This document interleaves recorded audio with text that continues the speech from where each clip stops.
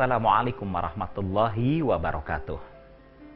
Alhamdulillahilladzi arsala rasulahu bil huda wa dinil haqq liyudhhirahu 'ala dini kullihi wa kafa billahi syahida. Asyhadu an la ilaha illallah wahdahu la syarikalah wa asyhadu anna Muhammadan abduhu wa rasuluhul mab'uulah la nabiyya ba'dah. Allahumma shalli wa sallim wa barik 'ala sayyidina Muhammadin wa ala alihi wa ashabi ajma'in, amma ba'du. Saudaraku, sahabat Zakat TV yang dirahmati Allah Subhanahu wa taala, apa kabar iman Anda hari ini? Doa dan harapan kami semoga keimanan kita senantiasa meningkat dari hari ke hari. Dengan meningkatnya keimanan, tentu saja kita berharap akan banyak kebaikan-kebaikan yang bisa kita produksi, kemudian bisa kita distribusikan kepada sekeliling. Tentu saja sekeliling kita yang paling dekat adalah anggota keluarga kita. Anggota keluarga kita adalah orang-orang yang bisa dibilang mereka orang yang paling berhak untuk mendapatkan buah kebaikan yang sudah kita produksi. Salah satunya adalah buah hati. Sehingga dalam kesempatan kali ini sesuai dengan pertanyaan yang sudah masuk ke tangan saya, yakni bagaimanakah sebenarnya sikap kita kepada buah hati kita, kepada anak-anak kita? Apakah kita harus memanjakannya? Kita harus bersikap keras kepadanya? Ataukah kita masa bodoh saja? Yang penting kita sudah memberikan asupan sandang, pangan, papan, cukup. Apalagi kita sudah menyekolahkan dia di tempat yang bagus, sehingga 100% pendidikannya kita serahkan saja kepada sekolah. Jawabannya adalah ini yang kita ambil temanya. Jangan abaikan buah hati. Meskipun sandang, pangan, papan, bahkan dalam usia sekolah sang buah hati sudah kita titipkan titipkan pada lembaga pendidikan yang terbaik menurut kita, tetapi perhatian kepada buah hati tidak boleh berubah. Perhatian kepada buah hati tetap harus maksimal kita berikan. Nah, untuk bisa memunculkan pola-pola pengasuhan memberikan perhatian yang maksimal kepada buah hati, sehingga kita tidak termasuk dalam kategori orang tua yang mengabaikan buah hati, tentu faktor keimanan ini memang sangat berpengaruh. Keimanan inilah yang memang harus senantiasa kita tingkatkan. Dengan keimanan yang senantiasa meningkat akan selalu menjaga alam kesadaran. Alam kesadaran kita yang menjadi penerang keyakinan kita bahwa anak kita bukanlah semata-mata milik kita secara biologis. Melainkan anak kita adalah amanat Allah Subhanahu wa taala. Anak kita lahir adalah merupakan buah kasih sayang kita. Kita bercinta dengan pasangan kita, sehingga dengan izin Allah Subhanahu wa taala lahirlah buah hati kita itu sebagai wujud cinta kasih kita bersama dengan pasangan kita. Oleh karenanya Rasulullah Shallallahu alaihi wasallam memberikan penegasan yang sangat jelas tentang adanya seruan agar orang tua betul-betul memberikan perhatian yang baik kepada sang buah hati. Irham man fil ard yarhamuka man fis sama. Sayangilah yang ada di bumi, niscaya kau akan disayangi oleh yang di langit. Sayangilah buah hatimu, niscaya Allah yang di langit akan menyayangimu. Sebaliknya, orang tua yang mengabaikan buah hatinya, maka na'udzubillahi min dzalik, dia akan diabaikan oleh Allah Subhanahu wa taala. Orang tua yang mengabaikan buah hatinya wujudnya adalah orang tua yang memiliki persepsi yang tidak tepat, kalau tidak dikatakan salah, tentang buah hati. Biasanya pada sebagian orang memberikan perlakuan-perlakuan tertentu kepada anak-anaknya yang masih sangat kanak-kanak, bahkan pada usia pra-sekolah, sebagian orang menganggap anak-anaknya dengan berbagai macam anggapan. Ada yang menganggap bahwa anak kecil tidak tahu apa-apa, maka tidak boleh diberitahu apa-apa. Sebagian orang tua ada yang berpikir anak kecil tidak tahu apa-apa, maka dia tidak memiliki nilai apa-apa. Anak kecil masih dalam keadaan lemah tak berdaya, maka jangan diberikan sesuatu kepadanya, khususnya metode pendidikan yang terlalu banyak kepadanya, dan lain sebagainya. Yang jelas, pemahaman-pemahaman, pemandangan-pemandangan, atau pandangan-pandangan orang tua kepada anaknya akan sangat mempengaruhi sikap dan perilaku orang tua terhadap anaknya. Kebanyakan pandangan apapun ketika tidak dilandaskan pada iman kepada Allah Subhanahu wa Ta'ala, justru akan menjadi sesuatu yang mengarahkan orang tua tidak peduli kepada sang anak. Meskipun bisa jadi orang itu mengatakan sebagai orang yang berdin Islam, orang yang beragama Islam. Karena memang pola keimanannya tidak menyampaikan atau tidak sampai menghantarkan dirinya pada pemahaman bahwa anak adalah amanat Allah. Karena dia adalah amanat Allah, maka harus dididik sesuai dengan arahan-arahan Allah melalui Rasulullah Sallallahu Alaihi Wasallam. Maka sebagian orang tua kemudian mengabaikan sang anak. Ada satu kisah, saya terlupa pada masa kekhalifahan siapa, sebut saja pada masa kekhalifahan Abu Bakar As-Siddiq radhiyallahu an. Datang seorang bapak yang dia mengajukan tentang perilaku anak laki-lakinya. Di hadapan sang khalifah, seorang ayah ini kemudian mengadukan perilaku anaknya yang dianggap nakal, dianggap bandel, bahkan dianggap melakukan kemaksiatan-kemaksiatan, melakukan kemungkaran-kemungkaran yang keluar dari nilai-nilai Islam. Seorang ayah ini menyampaikan luapan-luapan emosinya dengan sangat emosional dan temperamental. Dan semua isi pembicaraannya adalah menyalahkan sang anak, kalau tidak dikatakan menyudutkan sang anak pada posisi yang sangat kelam berlumuran dengan kesalahan dan dosa-dosa. Maka sang khalifah kemudian meminta kepada sang ayah itu untuk dihadirkan anak laki-lakinya. Begitu sang anak laki-laki hadir di hadapan sang Amirul Mukminin, anak itu ditanya, "Wahai anak laki-laki, betul ini ayahmu?" "Betul, itu ayah saya." "Betulkah kamu berbuat begini dan begitu seperti yang disampaikan oleh ayahmu kepada kami?" Anak itu pun mengatakan, "Betul." Kemudian Amirul Mukminin merasa kaget dan melanjutkan pertanyaannya, "Apakah kamu tahu bahwa perbuatanmu itu dosa? Dan apakah kamu tahu bahwa perbuatan dosa yang kamu lakukan itu cenderung membuat kamu menjadi anak yang durhaka?" Kata sang anak, "Tahu." "Apa kamu sadar melakukannya?" "Sadar." "Kenapa kamu melakukan itu?" Anak itu pun menjawab. Seperti apakah jawabannya? Akan kita lanjutkan selepas yang berikut.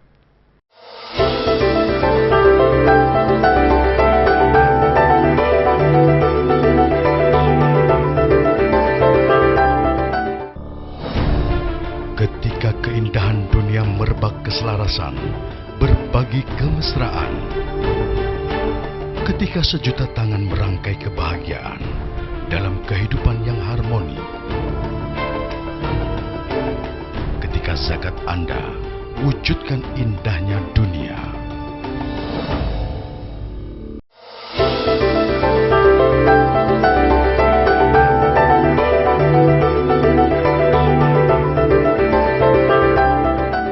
Sahabat Zakat TV yang dirahmati Allah Subhanahu wa Ta'ala, setiap kita pun pasti akan merasa terheran-heran. Anak ini diadukan oleh sang ayah di hadapan khalifah tentang keburukannya, tentang kemungkarannya, dan sang anak tidak menyangkal satu poin pun. Dengan jujur bahkan cenderung menantang, anak ini menjawab, "Iya, betul, iya, saya sadar, saya tahu." Maka kemudian Amirul Mukminin melanjutkan pertanyaannya, "Nak, apa yang membuatmu berbuat seperti itu?" Kata sang anak, "Ya Amirul Mukminin, sebenarnya saya berbuat seperti itu bukan serta-merta kesalahan saya. Saya berbuat seperti itu karena kesalahannya." Kembali yang hadir di situ kaget, tak terkecuali sang ayah. Kemudian ditanyakan kembali kepada sang anak, "Apa yang telah salah dari ayahmu?" Kata sang anak, Pertama, Amirul Mukminin, ayahku tidak memberikan kepadaku seorang ibu yang baik. Ibuku orang yang pemarah, ibuku orang yang ringan tangan, aku sering dipukul, dan aku sering disia-siakan. Yang kedua, Amirul Mukminin, ayahku juga adalah orang yang tidak memberikan perhatian kepadaku. Sehingga, jadilah aku yang seperti sekarang ini. Sahabat Zakat TV yang dirahmati Allah Subhanahu wa Ta'ala, tahukah kita apa yang terjadi? Amirul Mukminin kemudian mengatakan, ya, jika demikian keadaannya, betullah apa yang dikatakan oleh sang anak ini. Oleh karena itu, sekarang aku harus memberikan hukuman, dan hukuman ini berupa jilidan, berupa pemukulan, pencambukan yang akan aku berikan kepada engkau, wahai Bapak, karena engkau tidak memberikan perhatian yang baik kepada sang anak. Subhanallah, begitu luar biasa dampak yang akan kita dapatkan berupa sikap dari seorang anak jika ia diabaikan dalam perhatian dari orang tuanya. Apalagi maaf, sebagaimana kisah yang saya pernah dengar, ada seorang anak yang ketika bapaknya, maaf, na'udzubillahi min dzalik, sedang sakaratul maut, ternyata anak laki-lakinya yang menemaninya, dia bungkam 1000 bahasa, dia diam mematung, tidak melakukan gerakan apapun di saat sang ayah yang mau masuk detik-detik sakaratul maut itu sudah betul-betul dalam keadaan yang sangat payah. Sang ayah merasa tubuhnya terbakar, sang ayah merasa sekujur tubuhnya terasa nyeri dan sakit, sang ayah minta tolong untuk dikipasi, sang ayah minta tolong untuk dikasih minum, dan dalam keadaan yang begitu runyam tidak enaknya, sang ayah menjadi orang yang sangat rewel dan juga sangat temperamental. Tetapi setiap permintaan sang ayah nyaris tidak direspon oleh sang anak. Sehingga datanglah seseorang bertanya kepada anak itu, ya gulam, wahai anak, kau lihat bapakmu, dia dalam keadaan sakit keras, dia dalam keadaan payah, dia badannya pada sakit, dia panas, dia minta dikipas, dia minta dipijit, dia minta dikasih minum, kenapa kau tak kunjung melakukannya? Ternyata apa jawab sang anak? Sang anak dengan tenang dan dia mematung, dia mengatakan, biarkan saja. Kaget sang penanya, kenapa biarkan saja? Bukankah itu adalah bapakmu? Iya, betul, dia adalah bapakku. Kenapa kau tidak mau memberikan kebaikan sedikit pun kepadanya di saat ia sakit keras seperti ini? Kata sang anak, itu adalah buah perbuatannya. Penanya ini semakin kaget dan penasaran, dan dia bertanya, perbuatan yang mana? Perbuatan apa? Bukankah ia dalam keadaan payah? Bukankah ia dalam keadaan butuh pertolongan? Kenapa dampaknya, akibatnya kau katakan itu akibat perbuatannya? Sang anak laki-laki itu masih dengan diam mematung, dengan air muka yang datar, dia berkata, itu perbuatannya kira-kira 25 tahun yang lalu. Kaget sang penanya, apa yang telah bapakmu lakukan kepadamu, nak? Anak ini menjawab, dulu, waktu aku masih kecil, aku ingat betul. Ketika ada pedagang keliling, pedagang dawet, aku minta kepada ayahku uang untuk membelinya. Ternyata jawaban ayahku adalah tidak punya duit. Padahal aku sering melihat bapakku mengeluarkan uang yang cukup banyak dan itu diberikan untuk nyawer sinden-sinden. Maka aku tidak percaya saat itu. Meskipun aku kecil, aku tahu bapakku berbohong kepadaku. Di benakku, aku mengatakan saat itu bapakku berbohong kepadaku. Maka aku menangis, dan aku menangis semakin jadi, dan aku semakin guling-guling menangis. Rupanya dari situ membuat bapakku semakin emosi. Di balik emosinya, dan di luar dugaanku, aku merajuk meminta perhatiannya. Ternyata yang terjadi adalah dia mencengkram sebelah lengan tanganku, menyeretku, kemudian dia menyelipkan aku di antara rimbunan pohon pisang. Aku ingat betul, sebagian tubuhku terjepit di bagian di antara 2 batang pohon pisang, dan saat itu aku merasa takut luar biasa. Aku berontak, aku meronta minta tolong, aku sudah bilang minta ampun, tetapi bapakku saat itu pun diam mematung. Tidak ada sepatah kata pun yang diucapkan kecuali satu hal. Dia mengatakan, aku adalah anak bandel yang tidak berguna. padahal yang aku pinta hanyalah uang untuk memberi dawat saat itu. Maka kali ini biarkanlah dia seperti itu. Saudaraku, sahabat Zakat TV yang dirahmati Allah Subhanahu wa Ta'ala, sekali lagi saya katakan, begitu dahsyat dampak perhatian seorang ayah kepada anaknya, atau dalam kata lain, dampak perhatian orang tua kepada anaknya. Inilah kenapa tema ini kita angkat, bahwa jangan abaikan buah hati. Tetaplah berikan perhatian yang baik, supaya yang tertanam di dalam benak dan pikiran alam bawah sadar buah hati kita adalah kebaikan-kebaikan kita. Berikanlah perhatian, sehingga insya Allah di saat kita menjadi tua, lemah, tak berdaya, sebagaimana kondisi buah hati kita pada saat kanak-kanak dulu, maka mereka pun akan memberikan perhatian kepada kita. Sekali kita mengabaikannya dan kita tidak menutupkannya dengan perhatian kebaikan di masa yang akan datang berikutnya, maka di masa tua kita besar kemungkinan, na'udzubillah min dzalik, buah hati kita akan mengabaikan kita. Buah hati kita bisa jadi betul-betul akan masa bodoh dengan kita.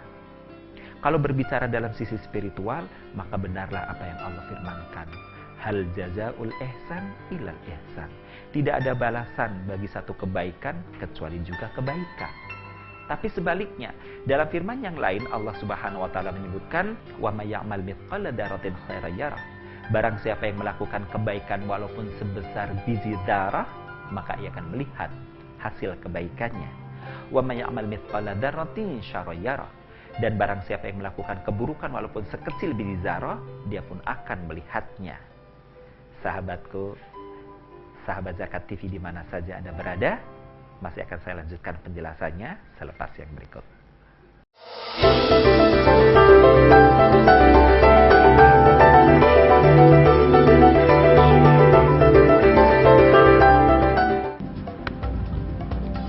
Semangat kemenangan harus berasal dari sportivitas yang datang dari hati. Saya Bawang Pamungkas, saya zakat di Dompet Duafa. Keluarga adalah sumber inspirasi saya. Kehangatannya datang dari hati. Saya Inneke Kusharawati, saya zakat Dompet Duafa. Berbagi memudahkan rezeki, karena datang dari hati. Saya Ipo Santosa, zakat di Dompet Duafa. Dompet Duafa.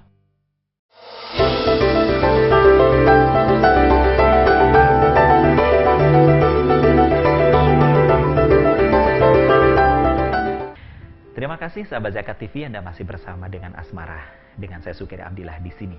Tadi sudah saya sebutkan bahwa siapapun yang melakukan amal kebaikan, walaupun kecil, ia akan melihat hasilnya.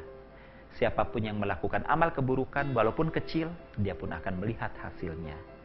Dalam logika sederhana saya mengatakan bahwa kalau begitu ayat ini tidak berlaku terlalu jauh nanti di negeri akhirat saja.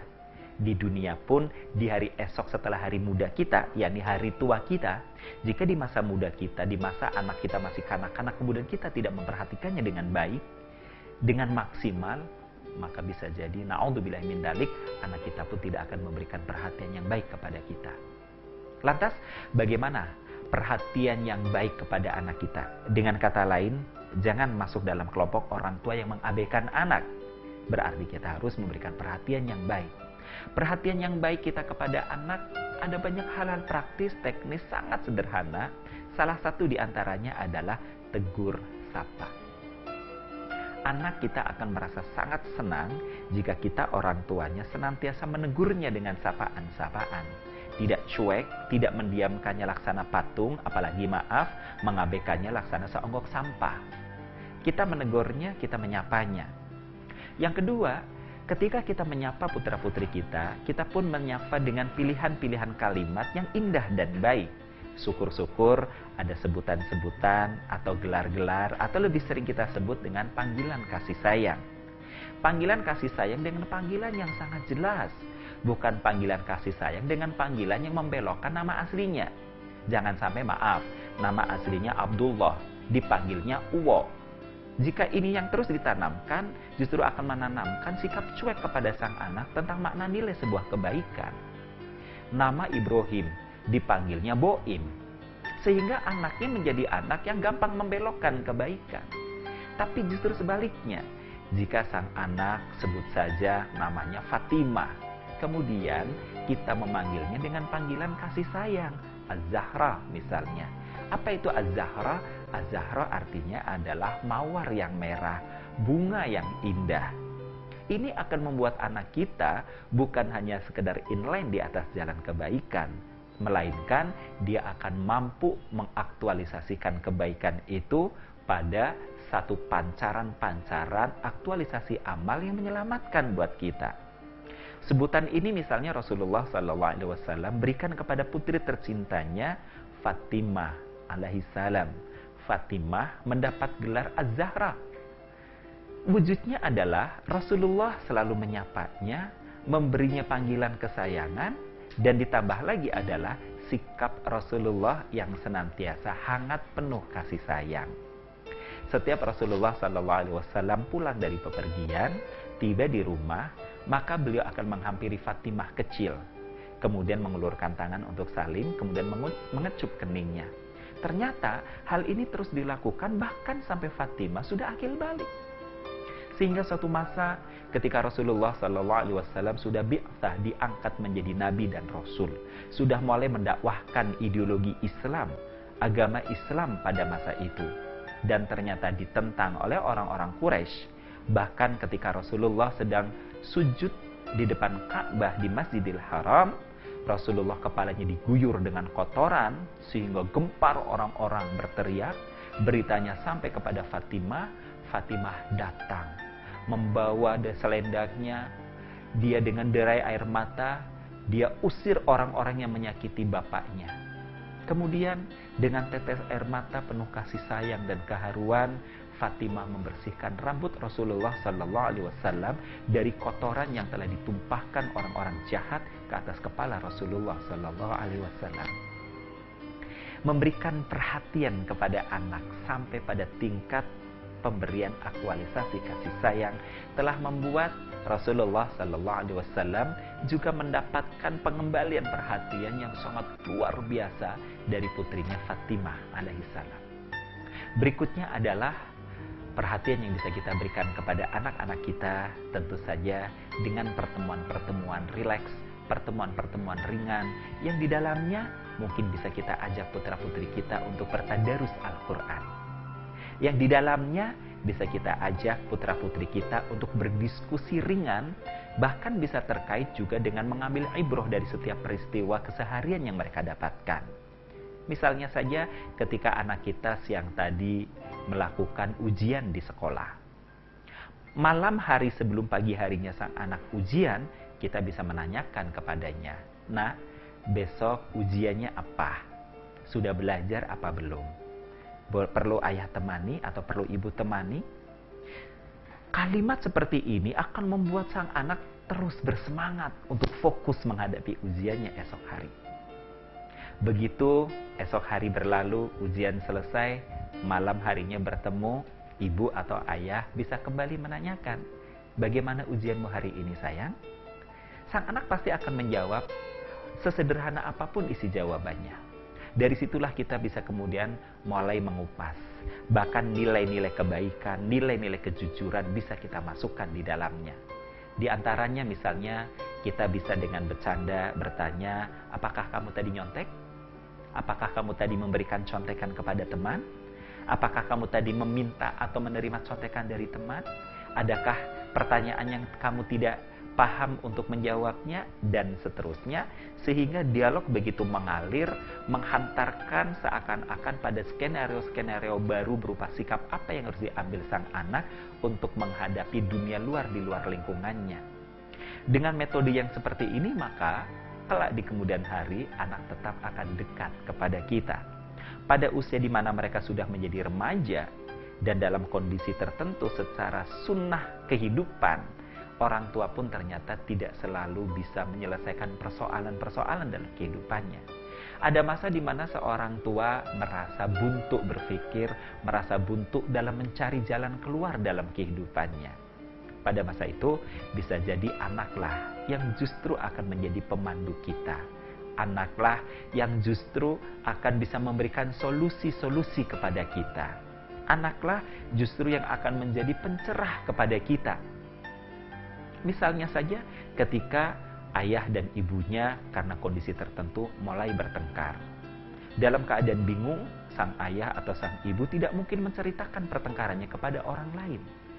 Tapi karena anak-anaknya sudah menjadi dewasa, ayah atau ibunya bisa curhat justru kepada anaknya. Dan sahabat Zakat TV, terkadang masukan-masukan anak jauh lebih dewasa, di luar jangkauan pikiran kita, di luar dugaan kita. Misalnya saja, sang anak kemudian akan mengatakan, ya sudah, ayah sama ibu sabar saja ya, saling memaafkan, jangan berantem kayak anak kecil. Dulu waktu kita berantem, ayah ibu marah, nyuruh kita baikan, nyuruh kita bersalaman. Sekarang ayah sama ibu, ayo salaman lagi. Sungguh sangat luar biasa. Jangan abaikan anak, karena apapun yang dilakukan anak esok hari adalah merupakan buah perlakuan kita hari ini kepadanya. Semoga bermanfaat untuk kita semua. Billahi taufiq wal hidayah. Wassalamualaikum warahmatullahi wabarakatuh.